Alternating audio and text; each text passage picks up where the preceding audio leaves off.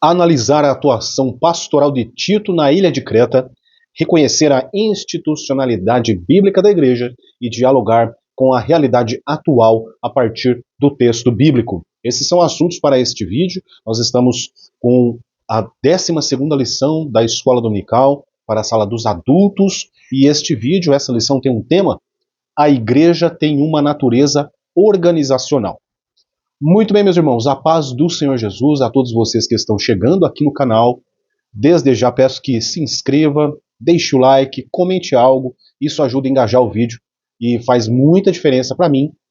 E para você é tudo muito fácil, muito simples, é um clicar, é uma atenção de vocês para a minha pessoa, se é que eu sou digno dessa confiança. Então eu agradeço desde já a todos que deixam like, sou muito grato aos irmãos.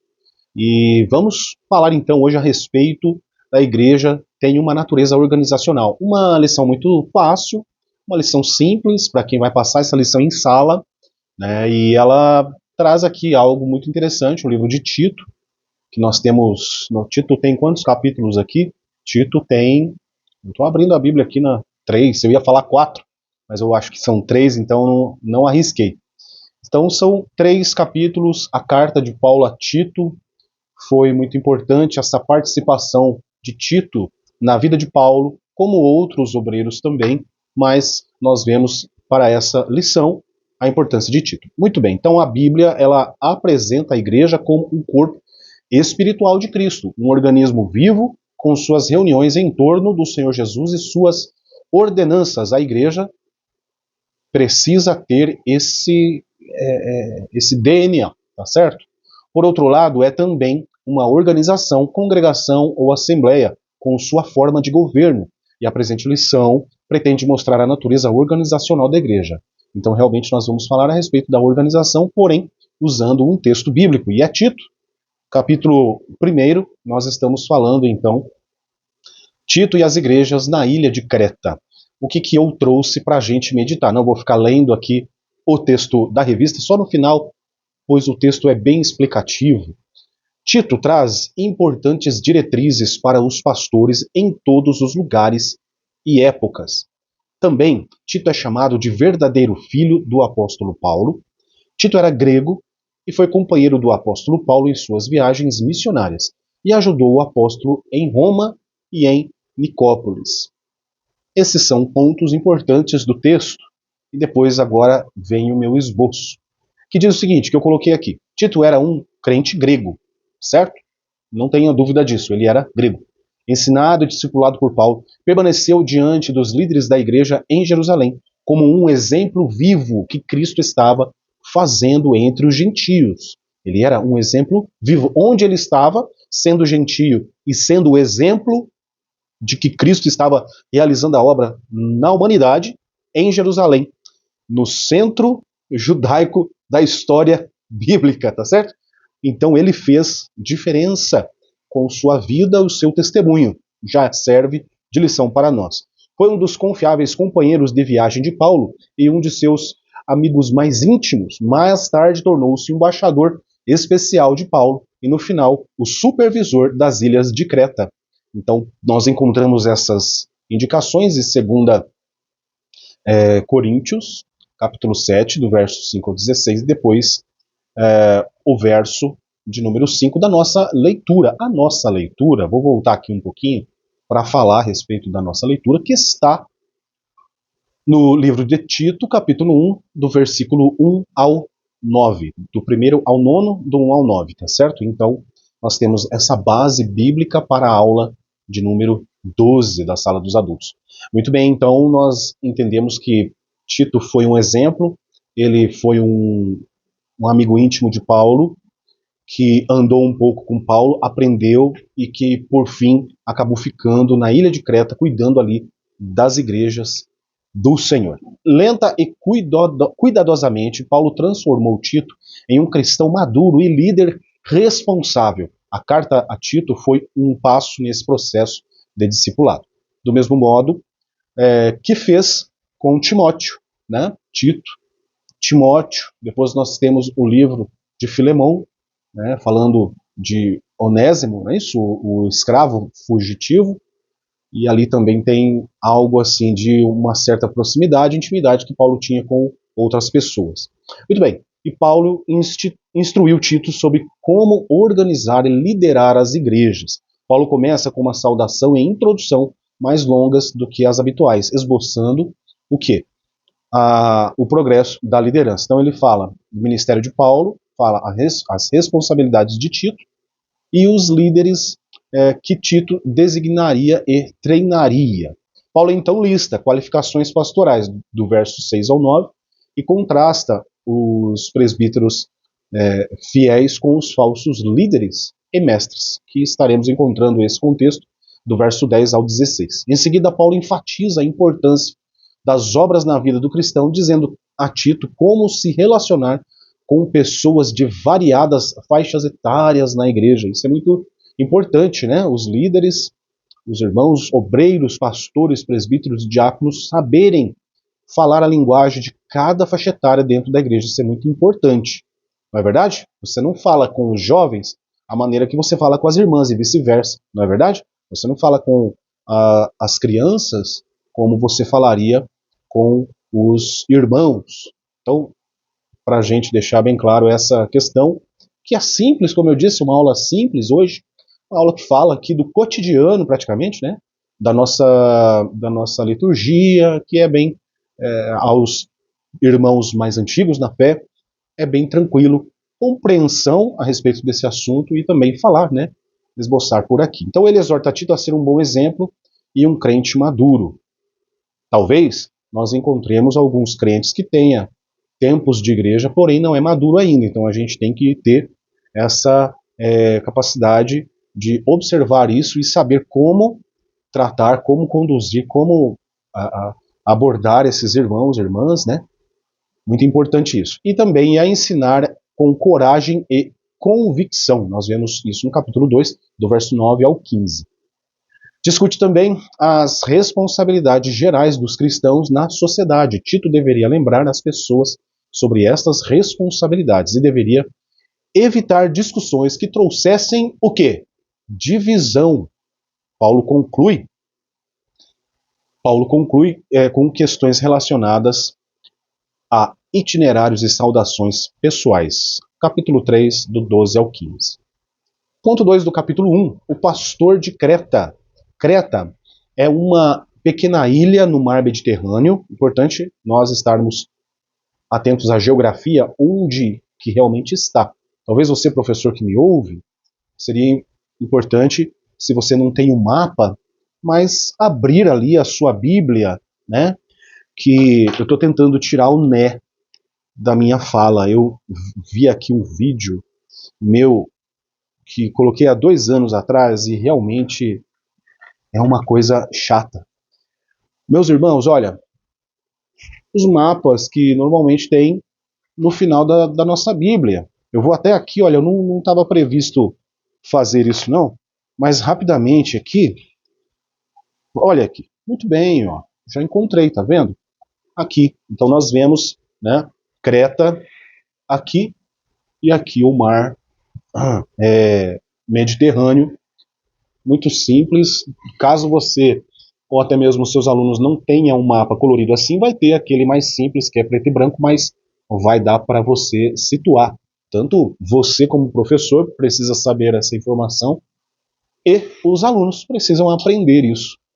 Então, Creta é uma pequena ilha, né, no mar Mediterrâneo, tinha uma grande população de judeus. E as igrejas, e aí começa a questão, né? A grande população de judeus, vai acontecer alguma coisa aí, vai acontecer. Eles estão lá, mas graças a Deus por isso. As igrejas dali provavelmente foram fundadas por judeus cretenses que estiveram em Jerusalém no Pentecoste. Ou seja, então acredita-se que ali as igrejas foram fundadas não por Paulo, mas quando Paulo chega já tem essas igrejas ali se desenvolvendo, né? Não prontas, mas agora Tito ele está ali para ajustar e melhorar a obra de Deus. Então, mais de 30 anos antes, olha só o tempo que nós vemos Paulo chegando e abraçando esses irmãos, vem com autoridade a falar, discursar, enfim, pregar ali. e traz Tito para cuidar deles. Então ele escreve essa carta.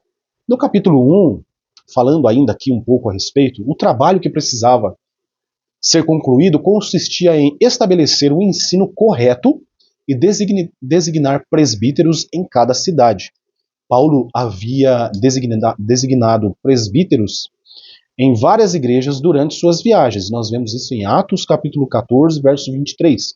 E ele não poderia permanecer em cada igreja, mas sabia que estas novas igrejas precisavam de uma forte liderança espiritual. Os homens escolhidos deveriam liderar as igrejas ensinando a sã doutrina, ajudando os crentes a amadurecer espiritualmente e equipando-os para viver para Jesus Cristo, apesar da oposição.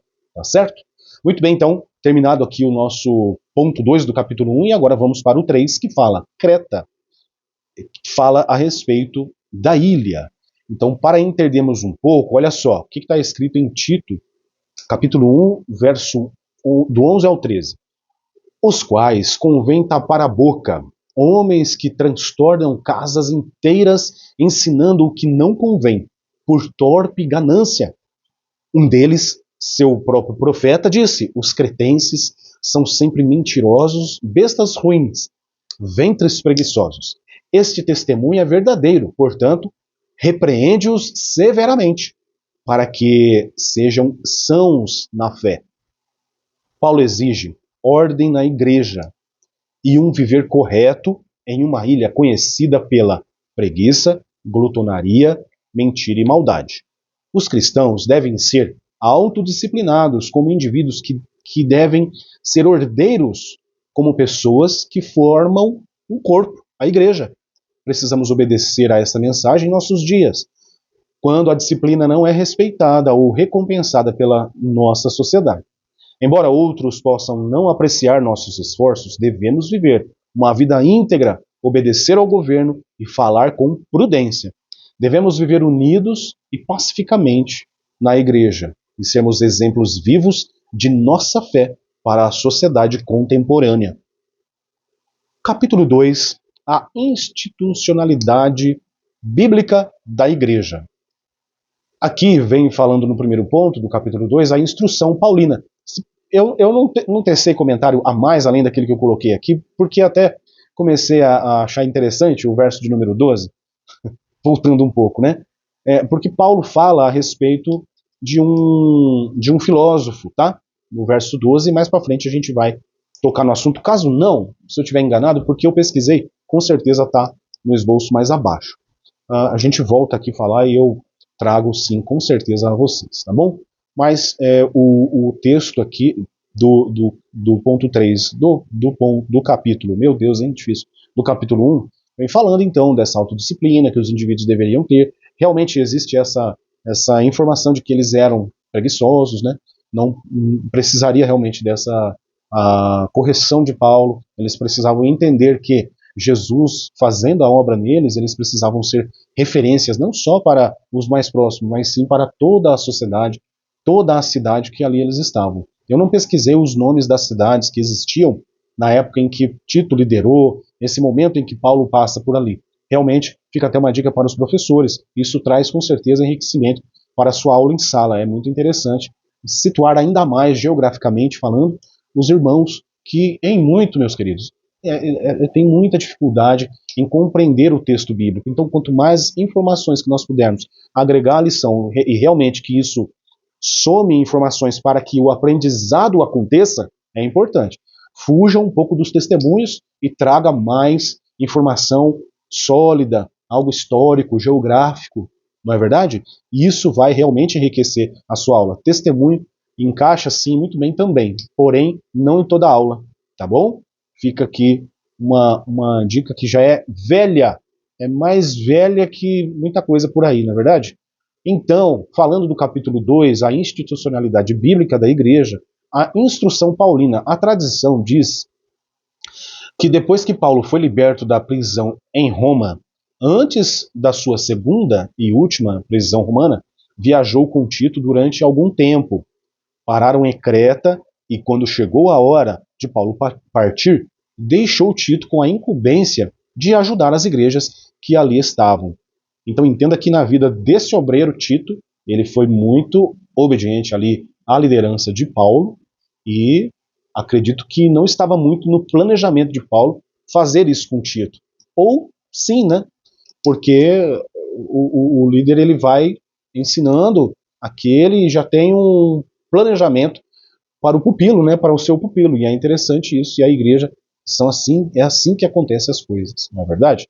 Bom, então, aqui são duas coisas sendo ditas na revista. A primeira, fala que Paulo está fazendo esse trabalho de instruir líderes nas igrejas por onde passou, e que isso não era algo novo, mas sim fazia parte do seu modelo de trabalho, e como eu acabei de dizer, é preciso fazer parte do modelo de trabalho dos grandes líderes que hoje estão liderando o povo de Deus, e eu acredito que faz parte, é assim que tem sido.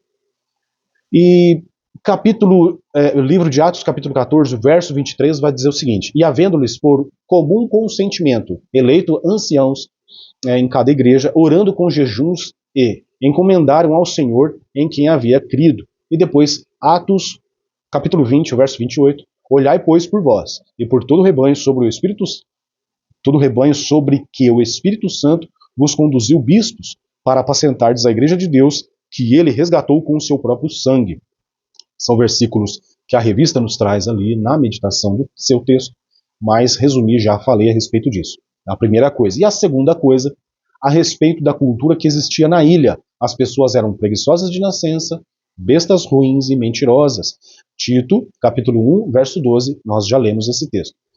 E Paulo advertiu Tito a ficar atento às pessoas que ensinavam doutrinas erradas e introduziam outras ao erro, né? Induziam outras ao erro. Alguns falsos ensinadores são simplesmente confusos, expressam suas opiniões enganosas sem as confrontarem com a Bíblia. Outros motivos malignos fingem ser cristãos somente porque podem conseguir mais dinheiro, um negócio adicional ou um sentimento de poder com o fato de ser um líder na igreja. Jesus e os apóstolos advertiram repetidamente contra os falsos mestres. E aí, alguns versículos aqui desse esboço que diz Marcos, capítulo 13, verso 22, Atos, capítulo 20, verso 29, 2 Tessalonicenses, capítulo 2, do verso 3 ao 12, 2 Pedro, capítulo 3, do verso 3 ao 7.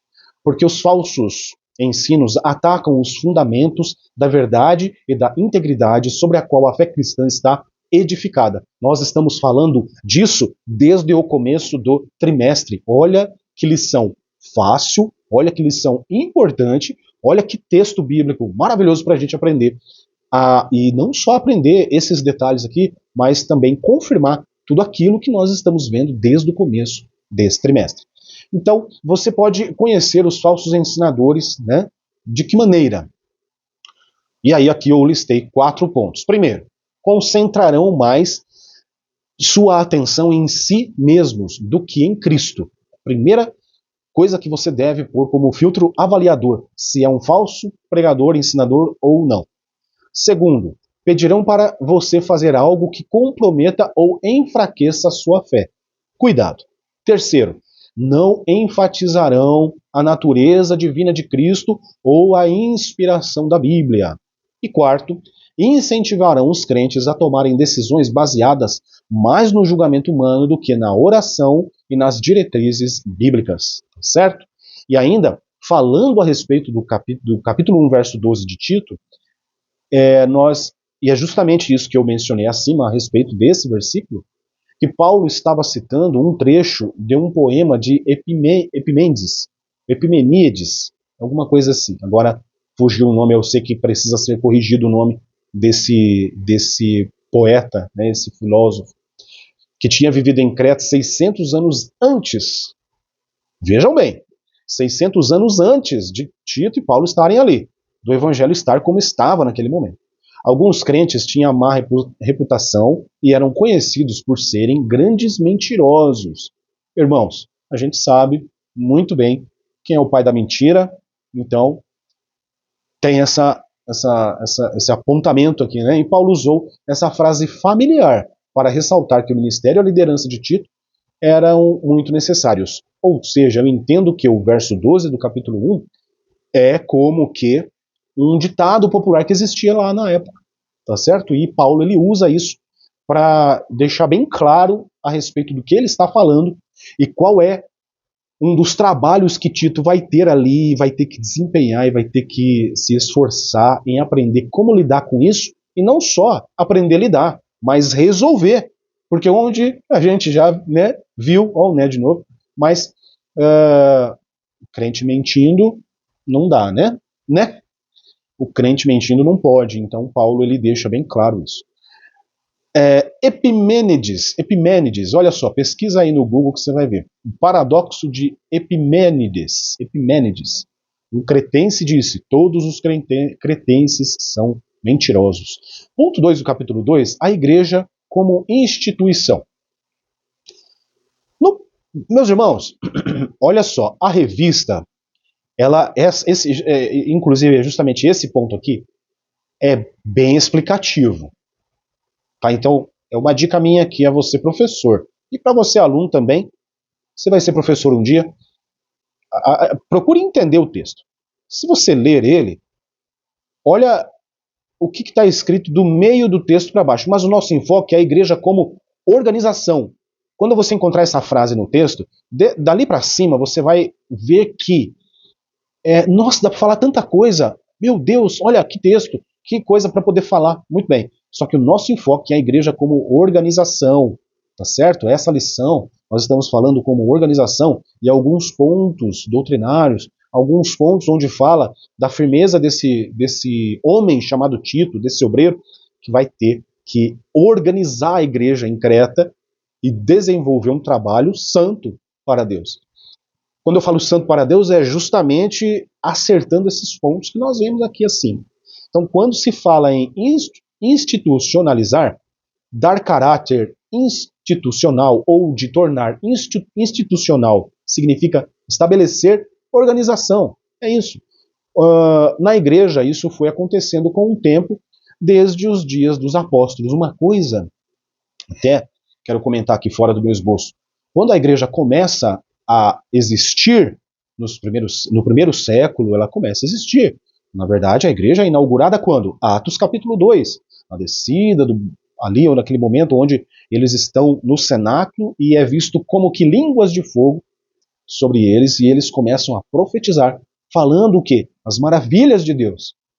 E as pessoas que estavam na festa de Pentecostes ouvem e, peraí, esse pessoal, eles são muito simples, eles são indoutos, como eles estão falando tão bem o meu idioma e falando coisas das grandezas de Deus. Aquilo, irmãos, para nós hoje, que passa rapidamente o texto, lendo o texto rapidamente, não percebe a grandiosidade e do impacto que aquilo fez na vida daquelas pessoas que estavam ali.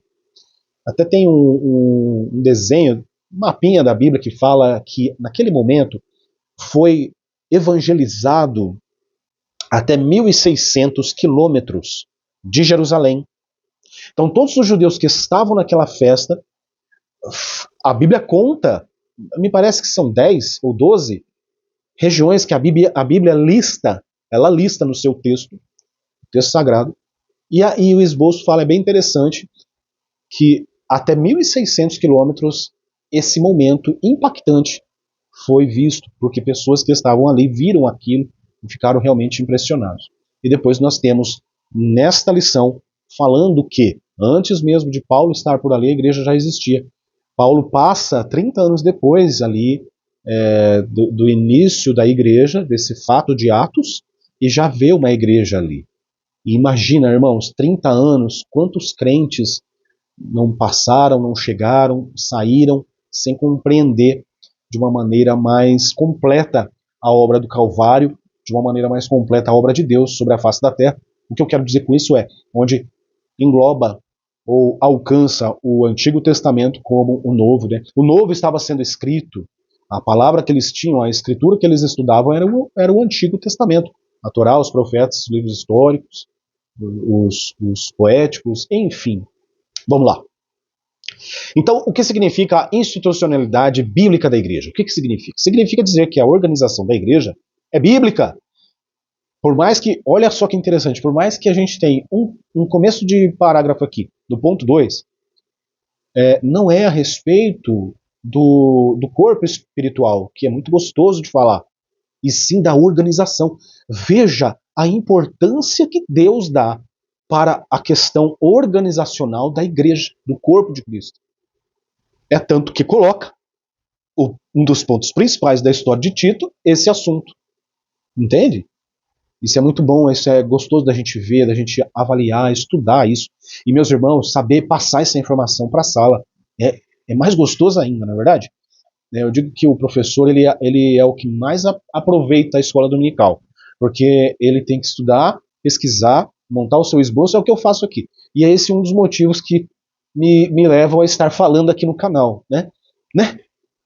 Tirar isso, meu Deus, que é essa questão de estudar, aprender e passar.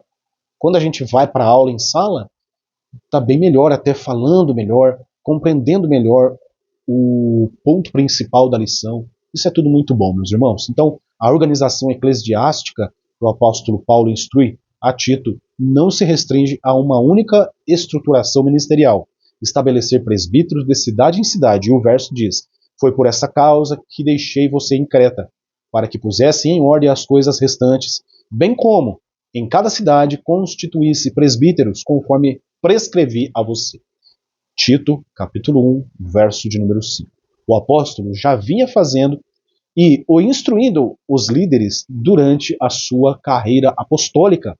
Atos, capítulo 14, verso 23. Eu não vou ler, vocês deem uma lidinha aí, procurem aí. Atos 14, 23. Essa eleição é por aclamação. O termo grego é xerotonezantes. Xerotonezantes. Se alguém souber que eu estou falando errado, comenta aqui embaixo, me ajuda, a gente aprende junto.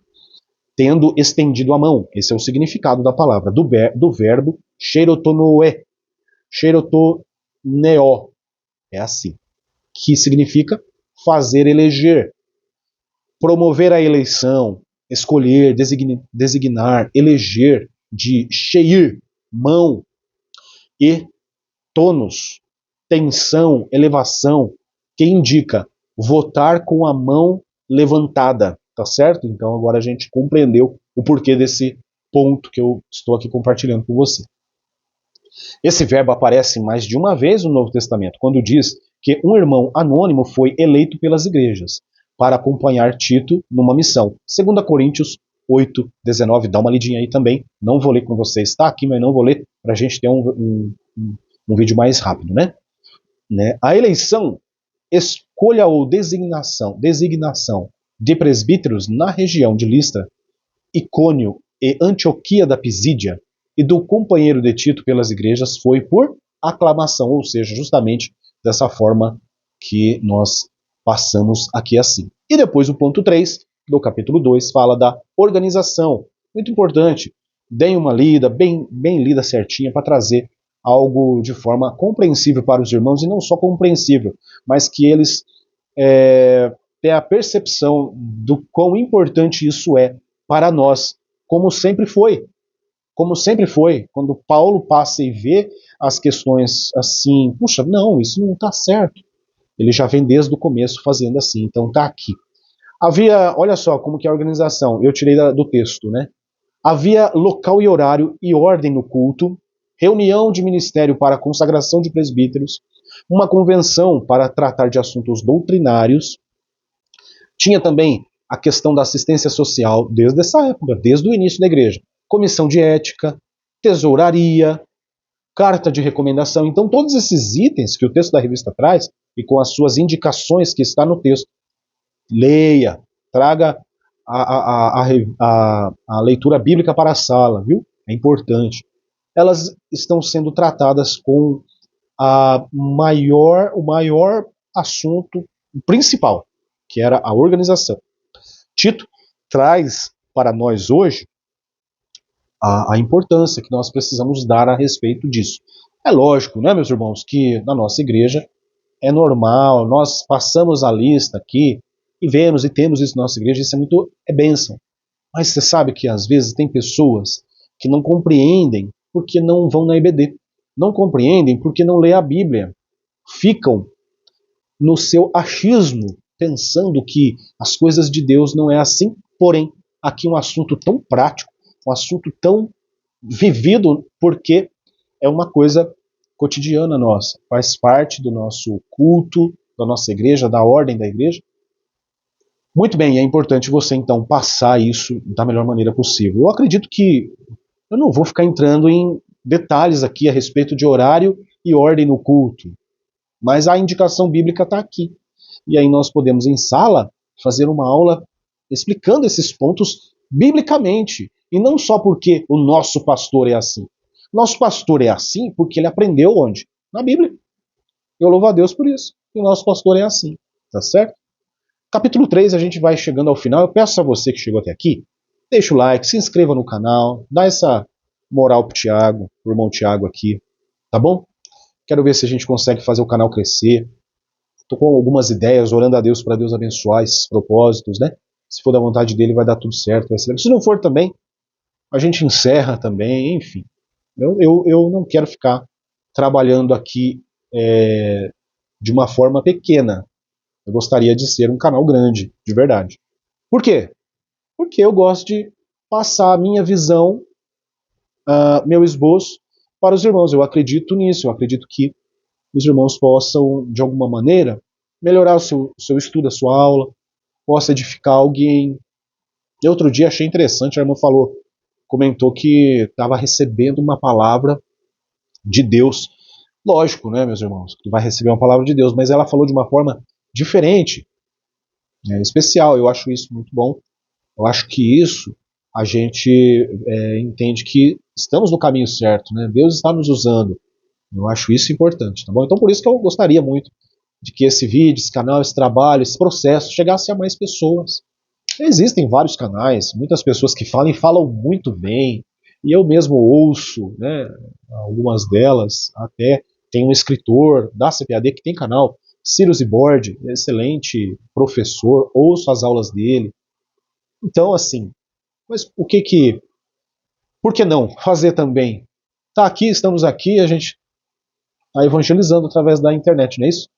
Voltando, lição 12, capítulo 3, a questão atual. E aí vem falando agora da organização, do organismo e organização.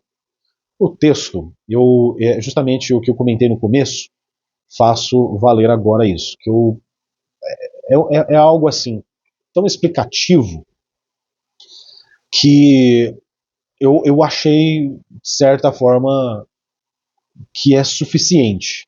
A nossa atitude é mostrar que a Bíblia nos apresenta a igreja como um organismo e, ao mesmo tempo, uma organização. Mas nunca devemos nos esquecer de que somos cidadãos de duas pátrias, a terrestre e a celestial. E isso significa responsabilidade com as autoridades civis constituídas, e o texto chama Romanos 13, do 1 ao 7, como também com autoridades eclesiásticas, Hebreus 13 e o verso 17. Fica aqui esse comentário a respeito do organismo e organização, tá certo? Com certeza você vai falar mais e até melhor do que eu mesmo a respeito disso. E depois, diante desse assunto, da questão organizacional, desse organismo, o ponto de número 2 fala da experiência pentecostal, e o texto da revista, ele cita um homem chamado Charles Fox Parham, acho que é Parham, né? Ele viveu entre 1873 a 1929. Foi uma figura central no desenvolvimento do movimento pentecostal moderno. Foi um pregador estadunidense, viveu nos Estados Unidos. Um pregador e evangelista que desempenhou um papel fundamental na formulação das doutrinas pentecostais, considerado como um instrumento na formação do pentecostalismo, especialmente na crença de que o falar em línguas é uma evidência inicial do batismo no Espírito Santo. Então, Charles Fox, esse pregador, esse grande pregador, esse evangelista, ele traz essa experiência. Ele foi pastor, depois me parece que ele acabou sendo itinerante, né, até o resto da vida. O próprio texto aqui vai falar isso. Ele assume o pastorado, né, e depois ele entregou a licença de pregador local, deixando o denominacionismo para sempre, de modo que se tornou itinerante. independente até o fim da vida. Mas a igreja, do período apostólico, adotou um programa de funcionamento logo no limiar de sua história, e foi uma bênção, pois ajudou a cumprir sua tarefa de maneira eficaz. E aí cita Atos 6, do verso 1 ao 7, que fala a respeito dos diáconos. Muito bem. Então, achei importante falar desse Charles Fox, porque muitos pregadores, pessoas, escritores, que nós citamos em sala, aqui no vídeo, lendo um texto e outro, passa desapercebido, mas se nós formos buscar a importância desse homem, dessa pessoa, desse nome, dentro do movimento evangélico, cristão, né, do século XVIII para cá, muitos irmãos, e até logicamente desde o começo da igreja, eu até falei besteira aqui, mas assim, são pessoas que nós não conhecemos, não sabemos, porém são figuras centrais de tudo aquilo que nós vivemos hoje. Por isso que é importante a gente parar um pouquinho, quem que é essa pessoa? E dar uma estudada a respeito, tá certo? E é necessário organizar, olha só, é necessário organizar? Sim ou não? Claro que sim. Estamos falando isso desde o começo da lição, né? Não é difícil entender que a organização e o organismo não são elementos excludentes em si mesmos, mas o contrário, se completam, pois a organização ajuda no arranjo entre muitos organismos individuais num sistema geral. A igreja é o povo de Deus do novo concerto e uma comunidade internacional, uma congregação supranacional de estrangeiros e peregrinos. E aí, 1 Pedro, capítulo 2, verso 11, amados, peço-vos como a peregrinos e a forasteiros. Seria humanamente impossível ela cumprir a sua agenda missionária, evangelização, ensino da palavra e serviço social em nosso país e no mundo sem uma estrutura organizacional, tá certo? Então aqui nós finalizamos a conclusão. Não há necessidade de eu tecer comentário, a conclusão é conclusão, você leia com a sala e vai ser bênção.